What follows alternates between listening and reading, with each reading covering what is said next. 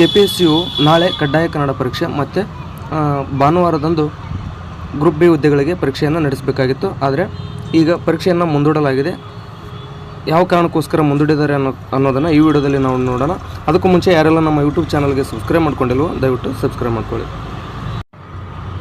ನೋಡಿ, ಈಗ ನಾವು KPSC ವೆಬ್ಸೈಟ್ಗೆ ಹೋಗೋಣ. ಅಂದರೆ ಅಧಿಕೃತವಾದಂಥ ಒಂದು ಮಾಹಿತಿಯನ್ನು KPSCಯಲ್ಲಿ ನಾವು ನೋಡೋದಾದರೆ ನೋಡಿ, ಇಲ್ಲಿ ಆಯೋಗ ಅಧಿಸೂಚನೆ ಸಂಖ್ಯೆ ಅಂತ ಏನು ಕಾಣ್ತಾ ಇದೆ ಅದರ ಮೇಲೆ ಕ್ಲಿಕ್ ಮಾಡ್ತೀನಿ. ಈಗ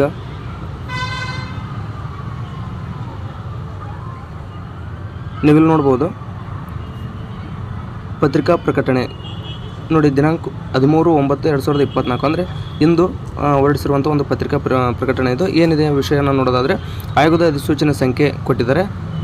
ಆಮೇಲೆ ನೋಡಿ, ಗ್ರೂಪ್ ಬಿ ಹುದ್ದೆಗಳಿಗೆ ದಿನಾಂಕ 14/9/2024 ಮತ್ತು 15/9/2024 ಕನ್ನಡ ಭಾಷಾ ಪರೀಕ್ಷೆ ಮತ್ತು ಸ್ಪರ್ಧಾತ್ಮಕ ಪರೀಕ್ಷೆಗಳನ್ನು ನಡೆಸಲು ನಿರ್ಧರಿಸಿ ಅಭ್ಯರ್ಥಿಗಳನ್ನು ನೋಡಿ ಪರೀಕ್ಷಾ ಉಪಕೇಂದ್ರಗಳಿಗೆ ಹಂಚಿಕೆ ಮಾಡಲಾಗಿತ್ತು. ಈ ಮಧ್ಯೆ ಅಂದರೆ ಇದೇ ಸೆಪ್ಟೆಂಬರ್ 10ರಂದು ಅಂದರೆ 10/9/2024 ಏನಾಯಿತು ಅಂದರೆ ಕರ್ನಾಟಕ ಸರ್ಕಾರ ನಡವಳಿಗಳಲ್ಲಿ ರಾಜ್ಯ ಸಿವಿಲ್ ಸೇವೆಗಳಲ್ಲಿನ ವಿವಿಧ ಇಲಾಖೆಗಳ ಗ್ರೂಪ್ ಬಿ ಮತ್ತು ಸಿ ಹುದ್ದೆಗಳಿಗೆ ನೇರ ನೇಮಕಾತಿ ಮೂಲಕ ಭರ್ತಿ ಮಾಡಲು ಈಗಾಗಲೇ ಹೊರಡಿಸಿರುವಂಥ ಅಧಿಸೂಚನೆಗಳಿಗೆ ಹಾಗೂ ಮುಂದಿನ ಒಂದು ವರ್ಷದಲ್ಲಿ ಹೊರಡಿಸಲಿರುವ ಅಧಿಸೂಚನೆಗಳಿಗೆ ಸಂಬಂಧಿಸಿದಂತೆ ಎಲ್ಲ ಪ್ರವರ್ಗಗಳ ಅಭ್ಯರ್ಥಿಗಳಿಗೆ ಒಂದು ಬಾರಿ ಅನ್ವಯವಾಗುವಂತೆ ಗರಿಷ್ಠ ವಯೋಮಿತಿಯಲ್ಲಿ 3 ವರ್ಷಗಳ ಸಡಿಲಿಕೆಯನ್ನು ನೀಡಿ ಆದೇಶಿಸಿದೆ ಎಂದು ತಿಳಿಸಲಾಗಿದೆ. ಸೊ ಇದು ಇರುವಂಥ ವಿಷಯ ಏನಪ್ಪ ಅಂದರೆ ಈಗಾಗಲೇ ಏನು ನೋಟಿಫಿಕೇಷನ್ಗಳನ್ನು ಬಿಟ್ಟಿದ್ದಾರೆ ಅಂಥವುಗಳನ್ನು ಮತ್ತು ಮುಂದಿನ ಒಂದು ವರ್ಷದಲ್ಲಿ ಹೊರಡಿಸಲಿರುವಂಥ ನೋಟಿಫಿಕೇಷನ್ಗಳಿಗೆ ಒಂದು ಬಾರಿ ಅನ್ವಯವಾಗುವಂತೆ ಎಲ್ಲ ಕೆಟಗರಿ ಅಭ್ಯರ್ಥಿಗಳಿಗೆ 3 ವರ್ಷ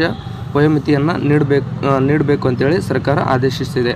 ಸೊ ಆ ಕಾರಣದಿಂದಾಗಿ ಏನು ಮಾಡಿದ್ರಪ್ಪ ಅಂದರೆ ನಾಳೆ ನಡೀಬೇಕಾಗಿದ್ದಂಥ ಕಡ್ಡಾಯ ಕನ್ನಡ ಪರೀಕ್ಷೆಯನ್ನು ಮತ್ತು ನಾಡಿದ್ದು ನಡೆಯಬೇಕಾಗಿದ್ದಂಥ ಗ್ರೂಪ್ ಬಿ ಹುದ್ದೆಗಳ ಪರೀಕ್ಷೆಯನ್ನು ಈಗ ಮುಂದೂಡಿರುವಂಥದ್ದು. ಸೊ ಇದು ವಯೋಮಿತಿ ಕಾರಣಕ್ಕೋಸ್ಕರ, ಅಂದರೆ ವಯೋಮಿತಿಯನ್ನು ಸಡಿಲಿಕೆ ನೀಡಿ ಮತ್ತು ಈಗ ಅರ್ಜಿಯನ್ನು ಆಹ್ವಾನಿಸಬೇಕಾಗುತ್ತೆ. ಅಂದರೆ ಈಗ ನಾವು ಯಾರು ಅರ್ಜಿಯನ್ನು ಹಾಕಿರ್ತೀವಿ ಅವರು ಪುನಃ ಅರ್ಜಿಯನ್ನು ಹಾಕುವ ಅವಶ್ಯಕತೆ ಏನಿರೋದಿಲ್ಲ, ಹೊಸದಾಗಿ ಅರ್ಜಿಯನ್ನು ಸಲ್ಲಿಸುವವರು ಸಲ್ಲಿಸಬಹುದಾಗಿರುತ್ತೆ ನೋಡಿ. ಆದ್ದರಿಂದ ದಿನಾಂಕ 14/9/2024 ಕಡ್ಡಾಯ ಕನ್ನಡ ಪರೀಕ್ಷೆ ಮತ್ತು ದಿನಾಂಕ 15/9/2024 ಸ್ಪರ್ಧಾತ್ಮಕ ಪರೀಕ್ಷೆಗಳನ್ನು ಮುಂದೂಡಲಾಗಿದೆ. ಸದರಿ ಅಧಿಸೂಚನೆಯಲ್ಲಿನ ಇತರೆ ದಿನಾಂಕಗಳಲ್ಲಿ ನಿಗದಿಪಡಿಸಲಾದಂಥ ನಿರ್ದಿಷ್ಟ ಪತ್ರಿಕೆಗಳ ಸ್ಪರ್ಧಾತ್ಮಕ ಪರೀಕ್ಷೆಗಳನ್ನು ಸಹ ಮುಂದೂಡಲಾಗಿರುವಂಥದ್ದು ನೋಡಿ. ಸರ್ಕಾರದ ಈ ಆದೇಶದಂತೆ ವಯೋಮಿತಿ ಸಡಿಲಿಕೆ ನೀಡಿ ಅಭ್ಯರ್ಥಿಗಳಿಗೆ ಹೊಸದಾಗಿ ಅರ್ಜಿ ಸಲ್ಲಿಸಲು ಅವಕಾಶ ಮುಕ್ತವಾದ ನಂತರ ಪರಿಷ್ಕೃತ ದಿನಾಂಕಗಳನ್ನು ತಿಳಿಸ್ತಾರೆ. ಅಂದರೆ ಈಗೇನು ಮತ್ತೆ ಪುನಃ ಅರ್ಜಿಯನ್ನು ಆಹ್ವಾನಿಸ್ತಾರೆ. ಅಂದರೆ ಹೊಸ ನೋಟಿಫಿಕೇಷನನ್ನು ಬಿಡೋದಿಲ್ಲ, ಅರ್ಜಿ ಲಿಂಕನ್ನು ಅಷ್ಟೇ ಡೇಟ್ ಎಕ್ಸ್ಟೆಂಡ್ ಮಾಡಿ ಬಿಡ್ತಾರೆ.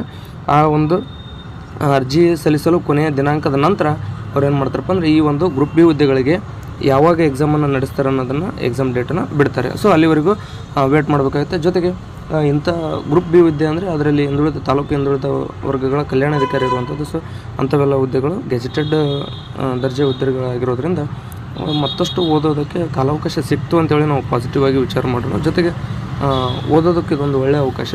ಸೊ ಹಾಗಾಗಿ ಯಾರೆಲ್ಲ ಪರೀಕ್ಷೆಗಳಿಗೆ ನಾಳೆ ಅಥವಾ ನಾಡಿದ್ದು ಹೋಗ್ಬೇಕು ಅಂದ್ಕೊಂಡಿದ್ರೆ ಸೊ ಇದು ಅವರಿಗೋಸ್ಕರ ಒಂದು ಮಾಹಿತಿಯಾಗಿರುತ್ತೆ.